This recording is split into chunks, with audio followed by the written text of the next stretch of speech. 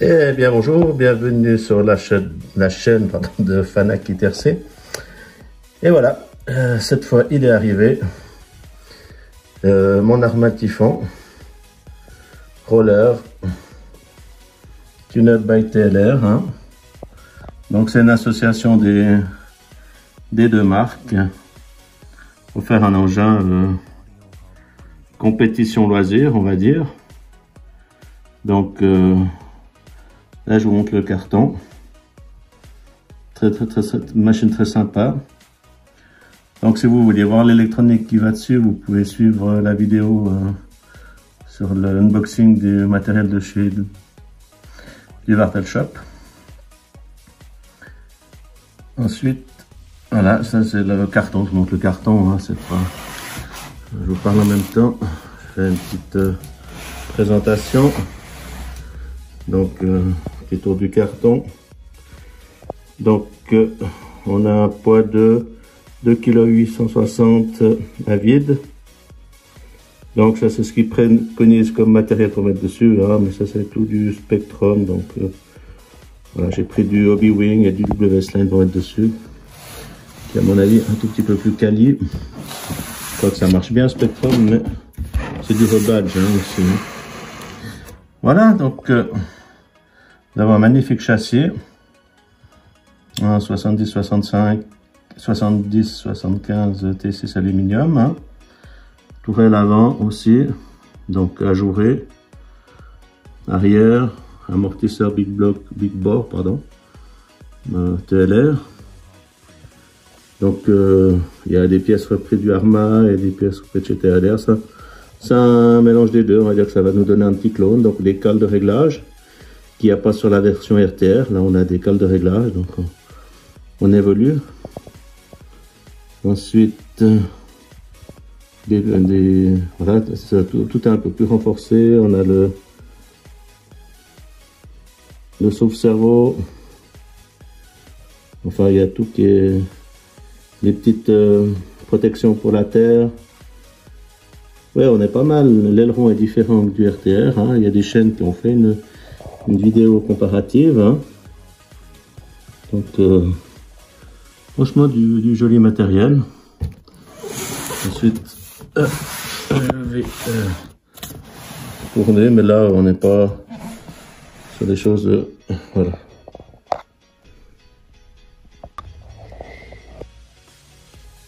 Je fais toujours le tour du carton, là, donc les tourelles d'amortisseur, hein, 75 T6 ajouré laser et tout, enfin allégé.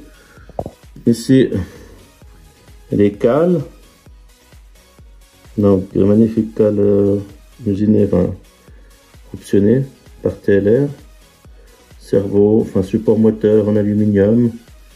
Bon, une jolie petite machine hein, pour un prix très contenu, hein, 440 € environ, donc le roller hein, sans électronique.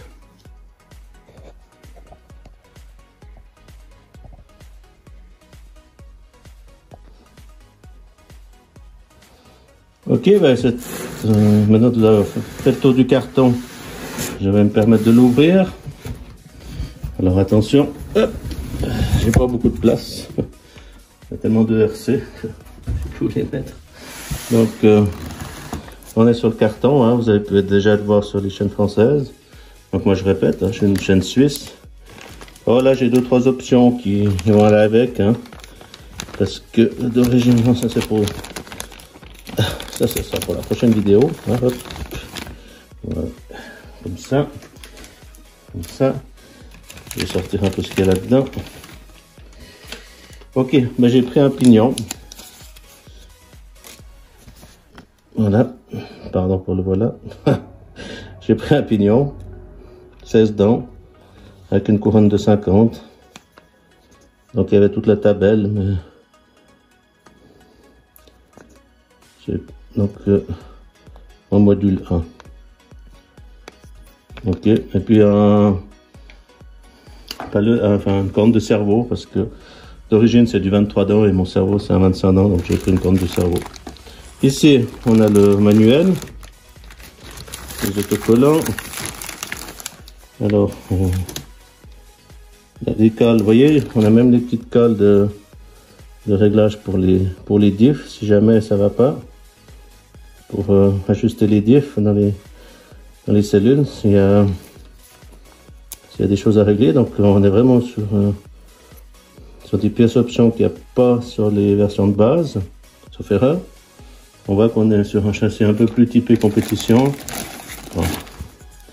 Des planches de stickers. Toujours sympa. Donc pour vous rappeler, TLR c'est Losi. Et donc ils font des châssis, des trucks, des châssis de compétition. Donc il y a un bon ADN dans cette machine, normalement. Ici, on a les pneus compatibles. Là, ils font de la pub pour Proline, mais on peut prendre d'autres modèles. Hein, c'est pas une obligation. Les options.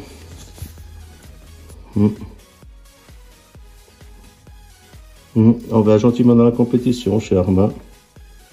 Après, je vous dis, ça reste quand même un RTR, enfin un roller. Ce n'est pas un kit à monter. Mais on est déjà pas mal. Donc là, on a le manuel. Je vous montre un peu tout. Hein. Donc j'ai pu voir sur internet qu'il y avait déjà pas mal de différents réglages. Donc on a même on peut remplir sa feuille de setup sheet.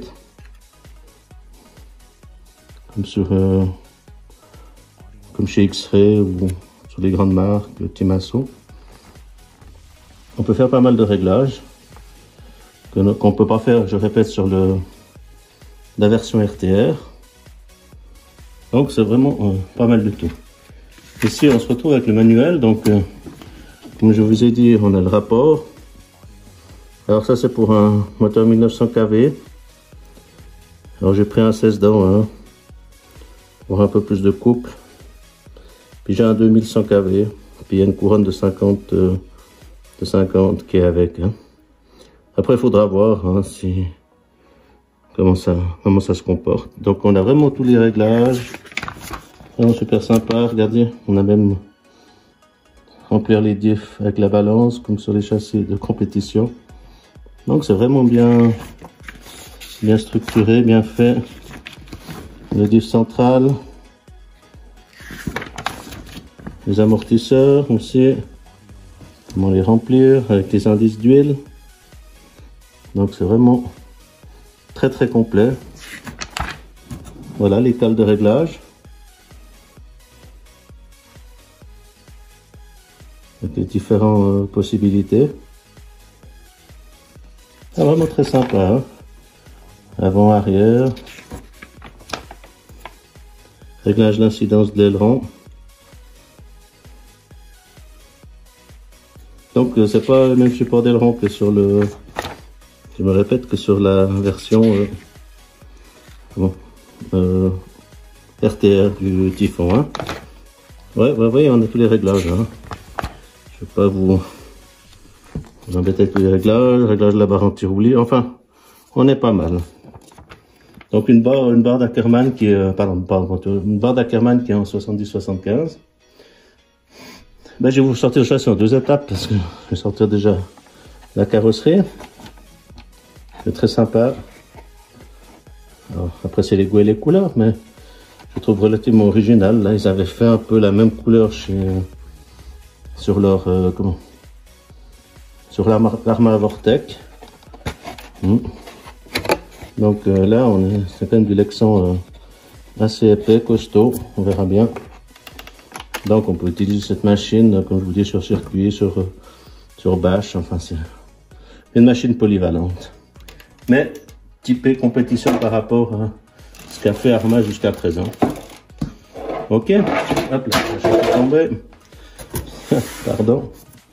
Donc là, on va sortir la machine. Hop, le carton. S'il arrive à partir là-bas par terre, ça m'arrange. Voilà. Excusez-moi. Donc là, je vous enlève le carton de protection des roues, si je veux bien. venir parce qu'elle a l'air bien tenir. Voilà, il fait un petit peu le récalcitrant. Voilà. Ok, donc vous voyez déjà un petit bout de la bête. Comme ça.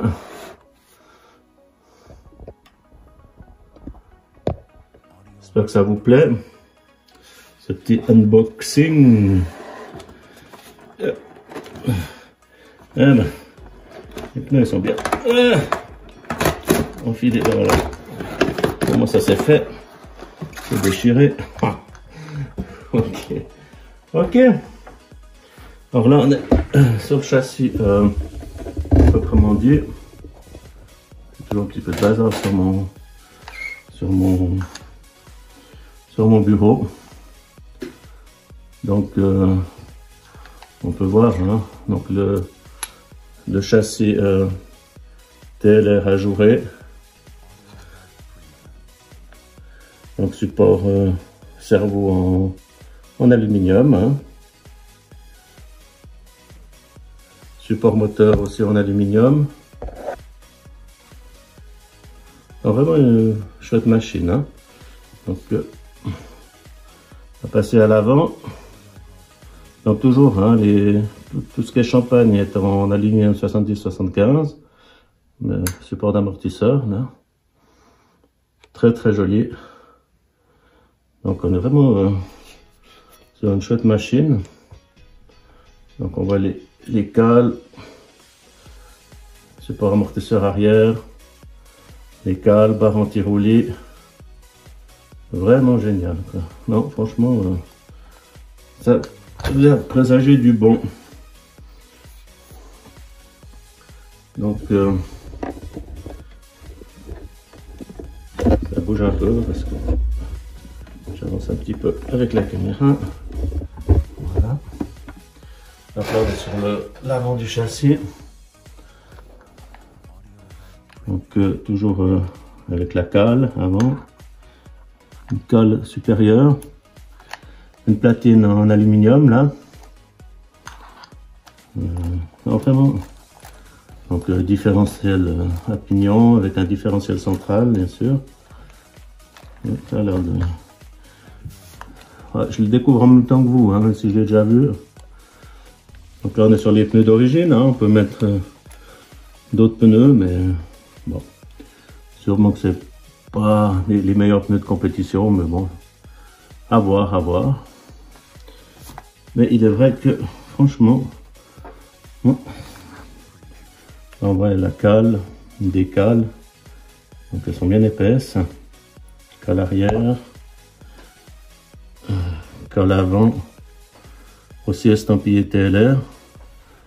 Ah, c'est génial, donc moi je trouve super cool. Donc là, on va essayer de vous montrer le dessous du châssis.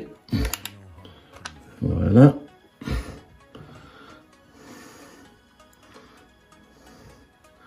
Donc vraiment un beau châssis champagne, vraiment magnifique. Puis là on voit vraiment l'épaisseur des cales. Puis dessous, donc c'est assez impressionnant. Vraiment une belle machine. Je vous remonte un petit peu du dessous. Du support aileron. Le support amortisseur. Franchement, joli petit buggy. Donc l'amortissement est pas mal d'origine. Franchement, après je suis pas un pro de l'amortissement, mais la suspension, mais là on est bien, là, on est bien, on est bien. Après je regarderai si on peut le régler à l'arrière. Ça se passe plutôt bien. Faudra voir après une fois en charge. Hein. Enfin en charge, avec une charge dessus, moteur, variateur, tout petit quanti. Là, alors ce qui est hérité de l'arma RTR, on a les cellules apparemment, les supports batterie, là, c'est les supports batterie télescopiques. Donc voilà, pardon pour voilà. Et ensuite, on a une boîte radio. Il y a de plus en plus de constructeurs dans les grandes marques qui les enlèvent. Et là, on se retrouve vraiment avec une boîte radio. Et puis là, on a vraiment la place, hein, donc ici, pour mettre un moteur. Hein. Donc, un 4074, il passe à l'aise. On peut même aller plus long. Donc, franchement, on est des fois vite coincé sur certains châssis, mais là, on est bien. Alors, franchement, une belle machine. Après, voilà, il faudra voir à l'essai. Hein. Ouais, ça a l'air bien tourné. On est bien libre, on est bien léger. Donc franchement, très bien. Après, moi, je suis pas un grand compétiteur. Donc, ça ira très bien pour une voiture, pour un véhicule polyvalent, avec une belle épaisseur de tourelle. Vraiment sympa. Bon, bah écoutez, moi, je ne vais pas passer plus longtemps sur cette belle voiture, même si on pourra en parler pendant des heures. Alors, je vous remercie d'avoir suivi ce petit unboxing. Vous pouvez lâcher des pouces, faire des commentaires, me dire ce que vous pensez de tout ça. Et je me répète, si vous voulez voir l'électronique qui sera embarquée, vous pouvez voir la vidéo de l'unboxing du Wartel Shop, hein, que j'ai faite.